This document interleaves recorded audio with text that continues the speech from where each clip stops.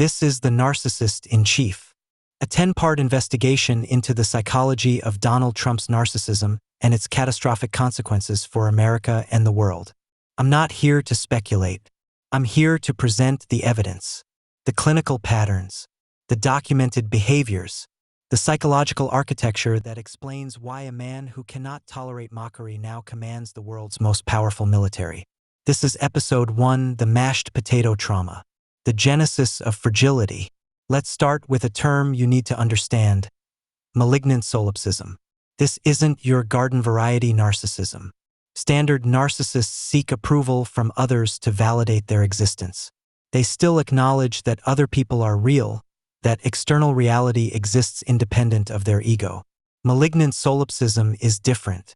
It's a psychological state where external actors, whether foreign heads of state, domestic rivals, or even non-sentient objects like hand towels on Air Force One, exist only as extensions of the self or as intolerable impediments to the ego's gratification. In Trump's psyche, other people do not truly exist as independent beings. They are either mirrors reflecting his greatness or obstacles that must be destroyed. There is no third category. Think about what that means.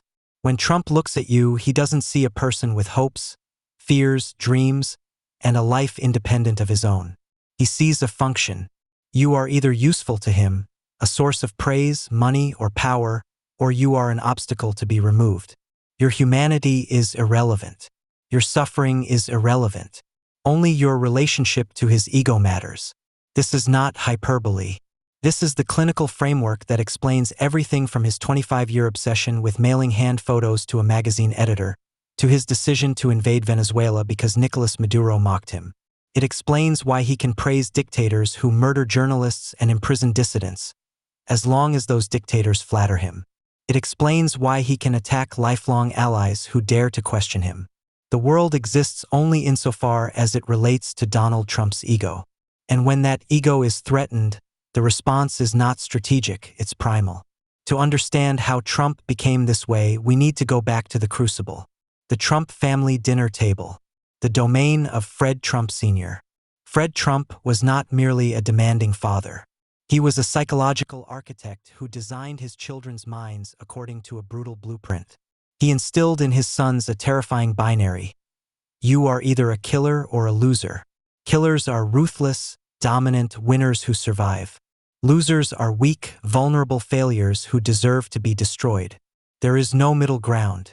No room for nuance. No space for human complexity. In this environment, vulnerability was not merely a weakness, it was a fatal flaw. Empathy was not a virtue, it was a liability that would get you killed. Kindness was not strength, it was a mark for destruction. This wasn't a family. This was emotional Darwinism.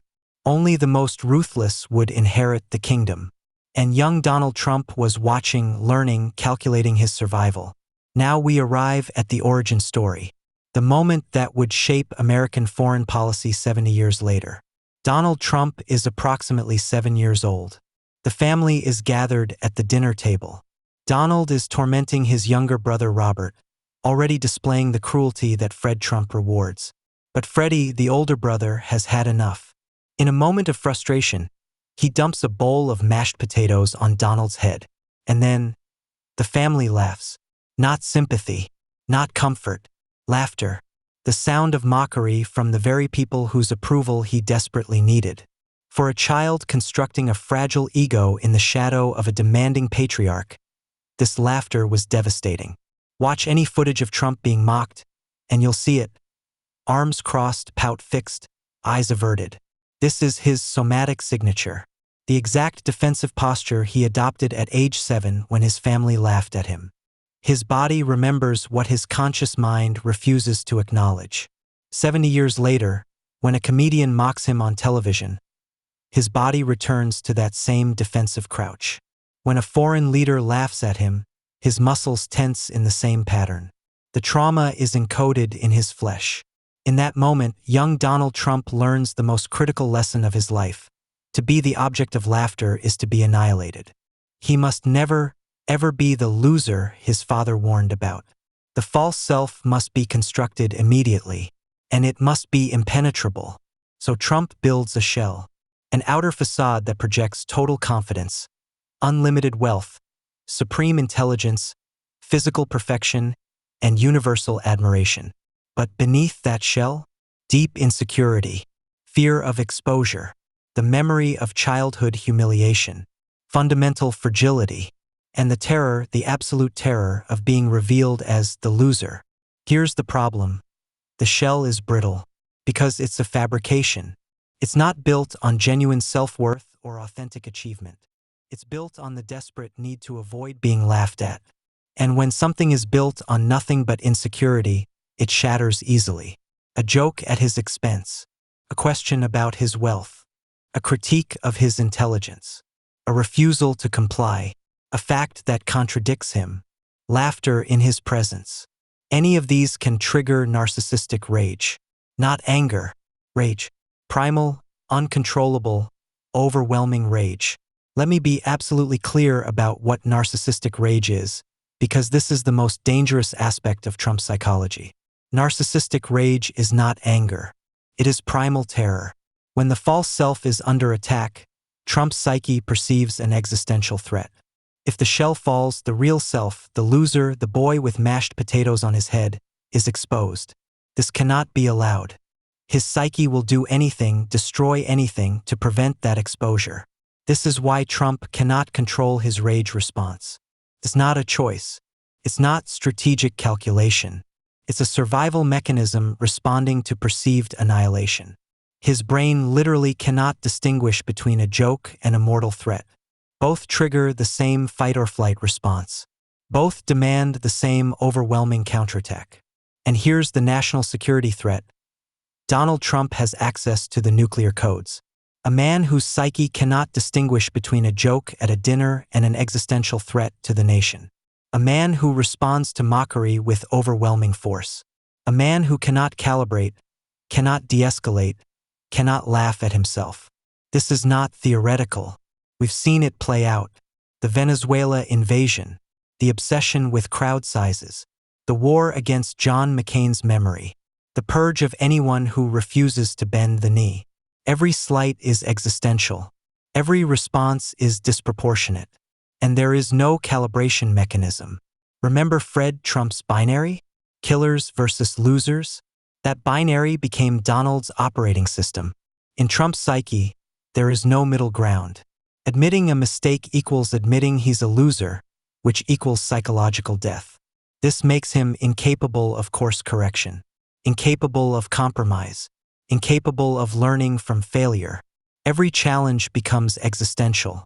Every critic becomes an enemy who must be destroyed. This is why he will lie about crowd sizes, election results, anything to avoid appearing as a loser. This is why rules, norms, and laws mean nothing if they threaten his winner status. This is why he will destroy institutions, alliances, and people, anything that exposes him as fallible. This is not strategy. This is pathology. The obsession with winning is a defense mechanism against the terror of being exposed as the loser his father warned him never to become. And what happens to those who don't embrace the binary? What happens to those who choose kindness over cruelty? Let me tell you about Freddie Trump. Freddie wanted to be an airline pilot. He loved flying. He was kind. He was empathetic. He questioned the binary. He dared to imagine a life where success wasn't measured in ruthlessness. Fred Sr. called him weak, mocked his dreams, labeled him a loser. Every family gathering became an opportunity to humiliate Freddie for his softness, his humanity, his refusal to become a predator. Freddie turned to alcohol, trying to numb the pain of never being enough in his father's eyes. He was trapped in a family that had no language for kindness, no reward for empathy, no space for human connection. He died at age 42, a casualty of Fred Trump's emotional Darwinism. A man destroyed not by weakness, but by a family that weaponized strength. And Donald watched. Donald learned. Never show vulnerability. Never admit weakness. Never be like Freddie. The cost of being human is death. This is not philosophy. This is survival programming. Donald learned. Be cruel or be destroyed. There is no third option. Empathy is a liability that gets you killed. Cruelty is strength that ensures survival. Kindness is weakness that marks you for destruction. Only the ruthless inherit the kingdom. So Trump constructs his shell, and he must maintain it at all costs. He must project total confidence, never doubt. Unlimited wealth, never poor. Supreme intelligence, never wrong. Physical perfection, never weak. Universal admiration, never mocked. Any crack in this facade equals catastrophe. This is why he cannot tolerate the smallest slight. Why he obsesses over hand size, crowd size, ratings, polls. Why he demands absolute loyalty and punishes any hint of dissent. The shell is everything. Without it, the loser is exposed. And the loser, in Fred Trump's world, deserves annihilation. But here's the problem. The shell is brittle, because it's built on fabrication, not reality. And when you build your entire identity on avoiding humiliation, every interaction becomes a potential threat. Let me show you how this plays out. Age 7, dinner table. Brother dumps mashed potatoes on his head. Family laughs. Trump's response: primal humiliation. Ego shattered. Must never be laughed at again. Age 79, world stage. Foreign leader mocks him in a speech. World laughs. Trump's response: primal humiliation. Ego shattered. Authorizes military invasion. Adult Trump cannot distinguish between these two events. Both are existential threats. Both require overwhelming force to restore ego equilibrium. This is the pattern. It repeats for 70+ years. It is predictable. It is pathological. It is dangerous. Mockery triggers rage. Rage demands retaliation. Retaliation must be disproportionate. Only overwhelming response restores ego equilibrium. This is not foreign policy. This is childhood trauma masquerading as statecraft. His childhood trauma shapes American foreign policy. His fragile ego determines military responses. His need for vengeance drives diplomatic decisions. His inability to be mocked threatens global stability. For normal people, mockery is free speech, satire, humor. A joke is entertainment, social bonding. Laughter is a shared human experience. For Trump's psyche, mockery is warfare, an attack on his existence. A joke is an assault requiring retaliation. Laughter is humiliation demanding vengeance. This is why his responses to jokes are so disproportionate. In his psyche, they are acts of war. This is why he cannot laugh at himself. Why he cannot tolerate comedy shows, late-night hosts, satirical sketches. Why he obsesses over SNL ratings and demands investigations into comedians. Because in his psychological architecture, to be laughed at is to be annihilated. Normal people can laugh at themselves, can admit mistakes, can distinguish minor slights from major threats. Trump cannot laugh at himself, cannot admit error, cannot distinguish. Every slight is existential. This is why proportionality is impossible. Every slight equals existential threat. Every response equals overwhelming force. Proportionality requires the ability to calibrate. Trump's psyche has no calibration mechanism. This is the catastrophic reality. A man incapable of proportional response is commanding the world's most powerful military. A man who cannot distinguish between a joke and an act of war has access to weapons that can end civilization. Think about that. Really think about it. The fate of nations, the lives of millions, the future of human civilization. All of it filtered through the wounded psyche of a 7-year-old boy who never recovered from being laughed at by his family. Let me be absolutely clear about what we're dealing with. This is not psychological curiosity. This is not armchair diagnosis. This is the operating system of the 45th and 47th President of the United States. The danger is real. We are watching a man whose childhood trauma at a dinner table now shapes American foreign policy, whose fragile ego determines military responses, whose need for vengeance drives diplomatic decisions, whose inability to be mocked threatens global stability. This is not normal. This is not acceptable. And this is not sustainable. But before we go, let me leave you with one final thought. The shell that Trump built is not just a personal defense mechanism. It has become a political one. His supporters are drawn to the illusion of strength, the projection of total confidence. They see a winner, a fighter, a man who cannot be broken. They don't see the fragility beneath. They don't see the terror that drives him. They see the shell and they mistake it for the man. And that is the greatest danger of all. Because when a nation falls in love with a fabrication, it becomes blind to the reality it protects. And when that reality is a wounded child with his finger on the nuclear button, the consequences are unimaginable. This is not just about one man. This is about a nation that has become so desperate for a savior that it has embraced a shell. A nation that has mistaken pathology for strength. A nation that has forgotten the difference between a leader and a loser. And that is a trauma from which we may never recover.